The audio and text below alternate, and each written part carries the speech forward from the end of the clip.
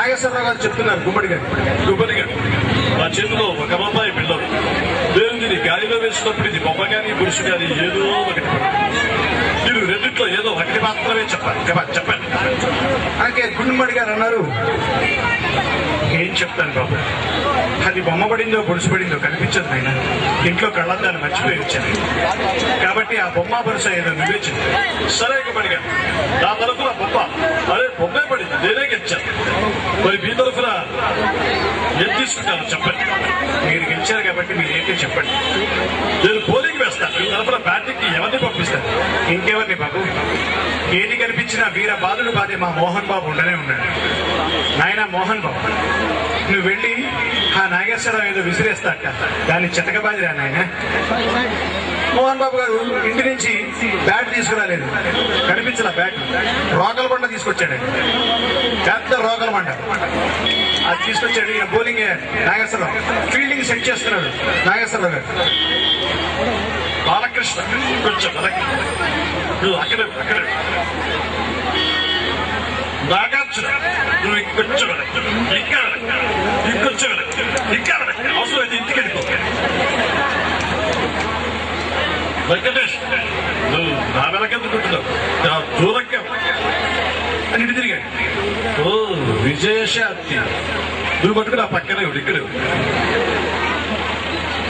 సరే ఈయన బౌలింగ్ వేస్తున్నాడు, గంట నుంచి దుద్దుతున్నాడు. డబ్బకాయ ఉన్న బంతి నిమ్మకాయ అంత అయిపోయింది, పంచ కూడా జరిగిపోయింది, రుద్దే చోట రక్తం కూడా వచ్చేస్తాడు. కానీ ఆ బంతి పట్టుకే ఇట్లా ఈయన రోగల బండ పట్టుకుని నిలబడ్డాడు. ఇట్లా యమదొంగ సినిమాలో యమధర్మరాజు లాగా ఆయన వేయడు, ఈయన కొట్టాడు. అయితే కసుకో ఈయన రోగల బండ 3 సార్లు తిప్పాడు గాలిలో, ఎక్కడ తగిలిలో పోయింది. 4 runs. బౌండరీ దగ్గర సూపర్ స్టార్ హీరో కృష్ణ ఉన్నాడు, ఇలా నిలబడ్డాడు. 2 కాళ్ళ మధ్యలో చెడిపోయింది. ఆయన బంతి ఆపలేదు. కృష్ణ గారు వెళ్ళి ఆ బంతి అలా ఆపకపోయేసరికి నాగేశ్వరరావు గారు అడిగి, కృష్ణ గారు మీరు సినిమాలో 50 మందిని ఒకటేసారి తస్తారు, 50 మందికి కింద పడిపోతారు, ఒక్కడూ లేవు. అలాంటి మీ బుద్ధి నుంచి ఒక చిన్న బంతి వెళ్తుంది, అది కూడా కాళ్ళ బంతి నుంచి వెళ్తుంది. ఎందుకు చెప్పండి, అసలు మీకు క్రికెట్ అంటే ఏమిటో తెలుసు చెప్పండి. దానికి సూపర్ స్టార్ గారు అన్నారు, ఏమిటి నేను చెప్పేది, దేని ముందు చేయి చాచే అలవాటు మా ఇంట్లో అంటా లేదు. ఆ బంతి అదంతటదే వచ్చి నా చేతిలో పడాలే కానీ నేను మటుకు దాని వెనకాల పరిగెత్తను. ఇక్కడ ఏదో క్రికెట్ ఆడిస్తానని చెప్పి అస్తమానం నిలబడు పడుకో వంగో అంటే నా వల్ల కానే కాదు. ఇష్టం అంటే ఆడించలేకపోతే మానే, నేను మటుకు మా అబ్బాయిని ఇక్కడ నిలబెట్టి వెళ్ళిపోతున్నాను. మహేష్ బాబు నిలబడ్డాడు అక్కడ, మళ్ళీ బౌలింగ్ వేశాడు. ఈసారి మహేష్ బాబు ఇలాగే నిలబడ్డాడు, అది వెళ్ళిపోయింది. ఏ మహేష్ బాబు ఏంటి పంచదికి పట్టుకోలేదు చెప్పు, 4 runs వెళ్ళిపోయింది. విజయవాడకి క్రికెట్ అంటే తెలిసింది, మీరు నాన్న వెళ్ళిపోయాడు, నిన్ను నిలబెట్టాడు, నువ్వు పట్టుకుంటా ఉంటే నువ్వు వదిలేసావు. మహేష్ బాబు అన్నాడు, అవసరమా ఏంటి పట్టుకునేది, తొక్కబంతి ఆడెవడో కొడితే నేను పట్టుకోవడానికి, ఒకటి పట్టుకోవడం కాదన్నా, ఎప్పుడు వచ్చి పట్టుకున్నావు అనేది ముఖ్యం. ఈ సారాన్ని పట్టుకుని పట్టుకోకపోతే అప్పుడు అడుగు, లేకపోతే నీ పేట పట్టేసుకుంటాను అంతే. Thank you Mahesh Babu. ఈ పక్కన రావుగోపాలరావు నిలబడ్డాడు, అప్పుడు ఆయన ఉన్నాడు, ఇప్పుడు లేడు. రావుగోపాలరావు ఉన్నాడు పక్కనే, బ్యాట్ పక్కన కాలు పెట్టి నిలబడ్డాడు. ఆయన వేసాడు, ఈయన బాల్ని కొట్ల కాల్ని కొట్టాడు. ఎవడ్రా కొట్టింది, నేను దసరాలో కొట్టు, నేను పక్కన నిలబడ్డాను, గురి చూసి బంతిని కొట్టాలి కానీ కాల్ని చెత్తక బాధేసి పచ్చడైపోయింది. ఎవడు అక్కడ అంబులెన్స్ పిలవడానికి కూడా ఎవడు లేడు. ఎక్కడెవడో ఈ అంపైర్ లో నిలబడ్డా, ఇదిగో ఎంపైర్, నువ్వు అస్తమానం ఏలు పైకి లేపట్టడం చేతులు ఊపటం కాదు, ఎవరికైనా దెబ్బ తగిలితే అంబులెన్స్ తీసుకొచ్చే ప్రయత్నం చేయాలి. ఈడు నిజంగా మన మీద కొట్టాలని కొట్టాడు, లేకపోతే పొరపాటు తగిలింది. సెక్రటరీ ఎందుకైనా మంచి దీని మీద కన్నేసి ఉంచు, ఏమైనా డౌట్ వచ్చిందనుకో డిక్కీలో తొక్కించేసి తర్వాత సంగతి నేను చూసుకుంటాను. ఆలో డాక్టర్ గారి కాలు పచ్చడైపోయింది, ఒకసారి చూడండి. Thank you. ఇదంతా కూడా కామెంటరీ చెప్తారు నూతన్ ప్రసాద్ గారు. నేరాలు ఘోరాలు చెప్తుంటారు ఆయన టీవీలో. చాలా అంతకన్నా పెద్ద నేరం లేదు, అంతకన్నా పెద్ద ఘోరం లేదు. ఆయన చాలా ఆయన ఎలా చెప్తారు నేరాలు ఘోరాలు, అలాగే క్రికెట్ కామెంటరీ చెప్తున్నారు. మోహన్ బాబు గారు పక్కనే ఈసారి బాబు మోహన్ గారు నిలబడ్డారు. ఆయన ఏం చేస్తారో తెలీదు. ఎందుకంటే రోగల బండ గట్టిగా తగిలితే తలకాయ 2 చిప్పులుగా అవటం ఖాయం. చాలా దూరంగా నిలబడడం ఉత్తమం. ఆ తర్వాత పోలీసులు రంగ ప్రవేశం చేసినా చెయ్యొచ్చు అని అన్నాడు బాబు మోహన్.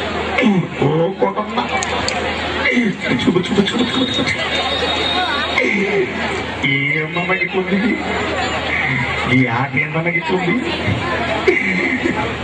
సాకులు వాళ్ళేమో బ్యాట్ లెక్కుందని పట్టుకోవచ్చు, చందమాలకు గుండ్రంగా ఉన్నటువంటి. నాకు ఒక డౌట్ వస్తుందన్నా. ఏంట్రా ఏంటి నీ డౌట్? నాకు అనిపించి కొచ్చుల మీద కొచ్చులు వేసి ఎలా కత్తిస్తున్నాడు కదన్నా. నీ కొచ్చులేంటో అడుక్కోరా.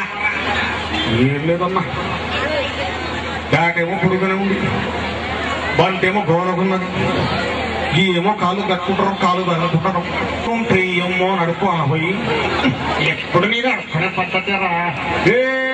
అనవసరమైన కొంచెం వేసి నీకు ఆల్రెడీ ఇంట్లో చెప్పాను నాకు ఈ ఆట రాదని. నేను కుయ్యో మొర్రు అన్నా వినిపించుకోకుండా ఇక్కడ తీసుకొచ్చి నేను పెట్టాను. వాడెవడో కొట్టిన బంటి నేను పట్టుకోవడానికి నా వల్ల కాదు. ఇందాక నుంచి పట్టుకో అంటున్నావు.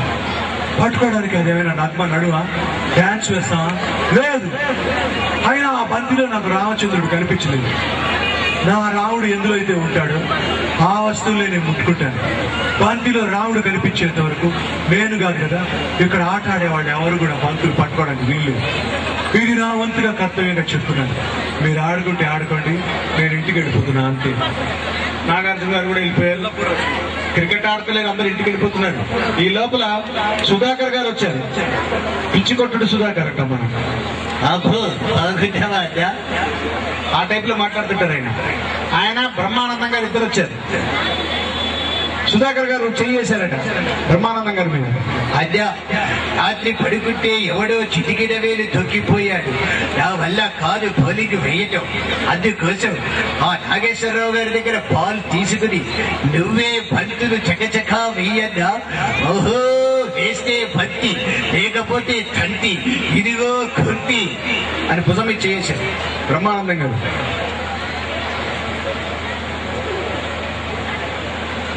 చెయ్యిద్ది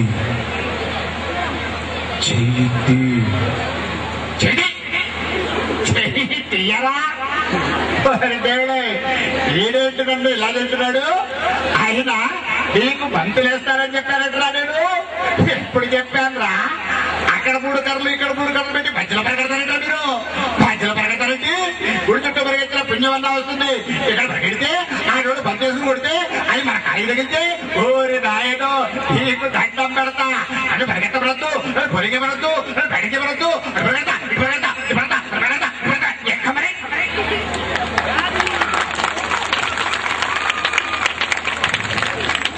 ఎంఎస్ నారాయణ 2 కాళ్ళ దగ్గర వచ్చి బంతి ఆగింది. అది తీసుకుని జేబులు వేసుకున్నాడు. నాగేశ్వరరావు గారు వచ్చారు. ఎంఎస్ గారు బంతి ఇచ్చే అంటా. ఏ బంతి? ఎవరి బంతి? ఎలా ఉంటుందమ్మా? చెప్పదు, మీరు జేబులో వేసుకుంటుంటే చూశాను. అయితే నేను అడిగిన నాకు సమాధానం చెప్పాలి. స్టేడియం ఎలా ఉంది? Good luck. ఇంకా చందమా ఎలా ఉన్నాడు? Good luck. మరి భూమి ఎలా ఉందమ్మా? Good luck. బంతి కూడా గుండ్రంగానే ఉందమ్మా. కానీ ఒకటి అడుగుతాను, బ్యాట్ ఎందుకు గుండ్రం కాలేదమ్మా? జీవ నాకే తెలుసు, బ్యాట్ చేస్తామని అడుగు. అతడితో వచ్చి బంధించి నేను ఇవ్వను బాకి మా ఇంటికి తీసుకెళ్ళి మా పిల్లలతో ఆడుకుంటానయ్యా అని అన్నాడు. ఆయన నిజంగా జేబులో వేసుకుంది బంతి కాదు, బాంబు.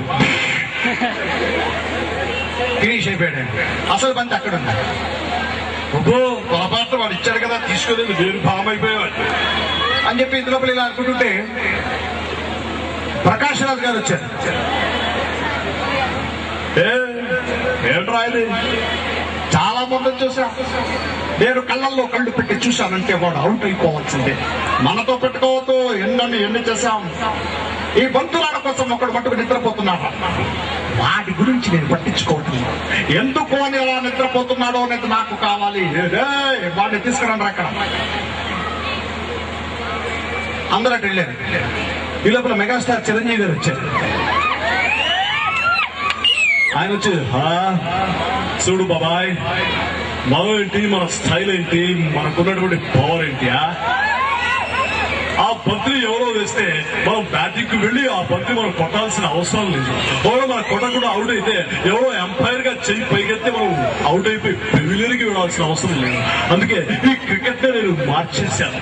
మనమే బౌలింగ్ వేస్తాం, ఆ బంతిని మనమే బ్యాటింగ్ కొడతాం. అది గాల్లో లేచాక దర్జాగా మనం దాని క్యాచ్ పట్టుకుని మనమే ఎంపైర్ లో అవుట్ ఇచ్చుకుని పెవిలియన్ లోకి వెళ్తాం.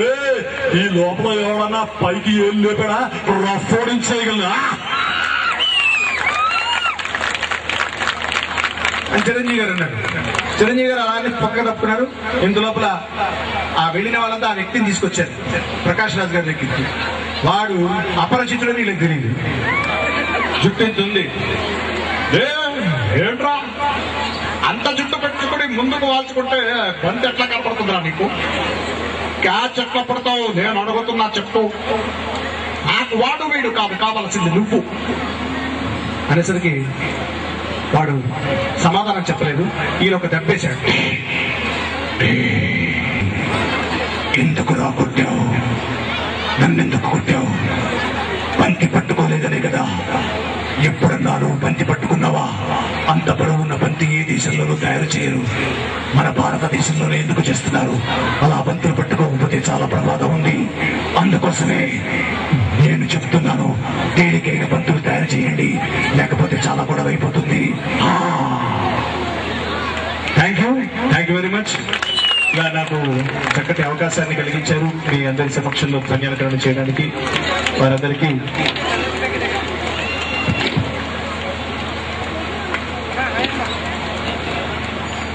వారు ఈ బంతులాట అయిన తర్వాత ఒక చిన్న అంశాన్ని కూడా ప్రదర్శించాక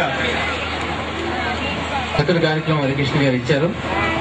ఇప్పుడు మరో ముఖ్య అతిథిగా ఇచ్చేసిన ప్రముఖ హాస్య నటులు శ్రీ తిరుపతి ప్రకాష్ గారిని వేదిక మీద రావాల్సి 2 జోక్స్ చెప్పిన తర్వాత పిల్లల కార్యక్రమం ప్రారంభమవుతుంది.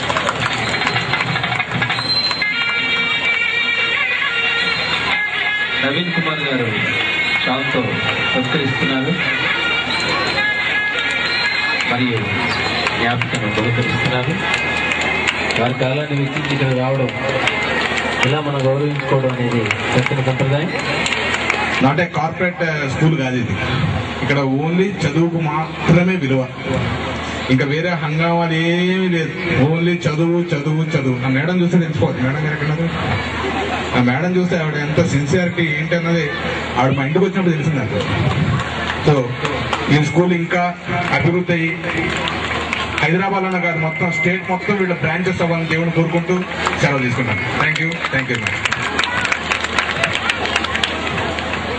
ఇద్దరు కలిసి 2 జోక్స్ చెప్పాల్సిందిగా కోరుతున్నాం.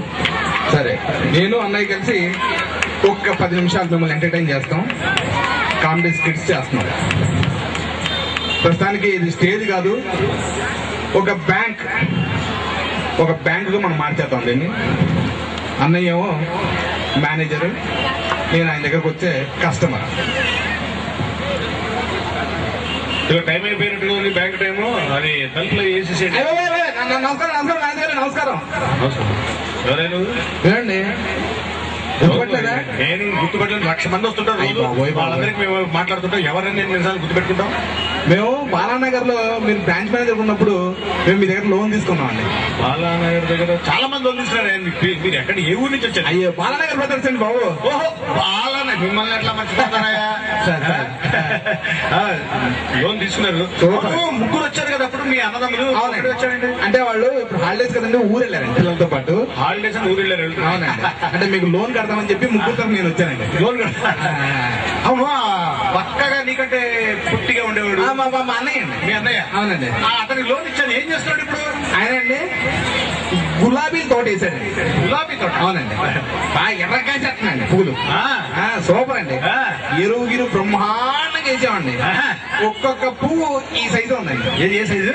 ఈ సైజు అండి. ఏ మాట కామాటండి. ప్రతి పువ్వులోని తమను చూసుకుంటాం బాబు. ఏదోనయ్యా సిటీలో వాళ్ళకి అప్పిస్తే కనుక ఆ హైటెక్ సిటీ ఇంటెక్ సిటీ నట్టే పోతారు.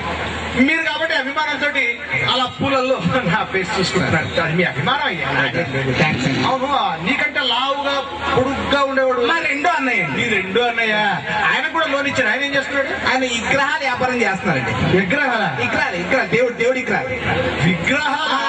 విగ్రహాలు ఏం చేస్తున్నాడు? అవి ఫారిన్ ఎక్స్పోజింగ్ చేస్తున్నాయండి. Foreign exposing. అవునండి. ఎక్స్పోజింగ్ అనకూడదయ్యా. ఎక్స్పోర్ట్ చేస్తున్నాడు అనాలి. ఓ అదే ఇంగ్లీష్ రాకపోతే తెలుగులో మాట్లాడు. నేను తెలుగు ఉండే. అలానండి. ఎక్స్పోర్ట్ చేస్తున్నాడు బాబు.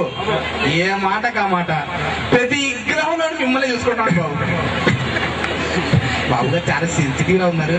సెన్సిటివ్ లేదు, ఈ టీవీ లేదు బాబు. మీ అభిమానానికి నా హృదయం కరిగిపోతుంది.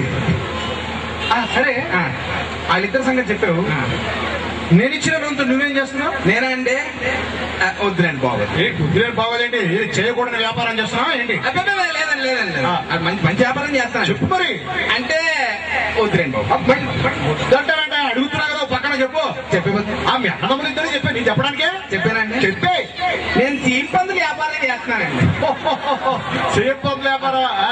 పందులని బాగా బలిష్టంగా బలిసాయండి. ఎరువు అది బాగా అండి. గోధుమలు గోధుమలు బియ్యం కందిపప్పు మినప్పప్పు అన్ని వేసి ఒక్కొక్కటి నా సైజు ఉన్నాయండి. పందులు ఒక్కొక్కటి సైజులు ఉన్నాయి బాబు. ఏ మాటగా చెప్పుకోవాలి. తాము ప్రతి ఒక్క పందులో తమలో చూసుకుంటున్నాను బాబు.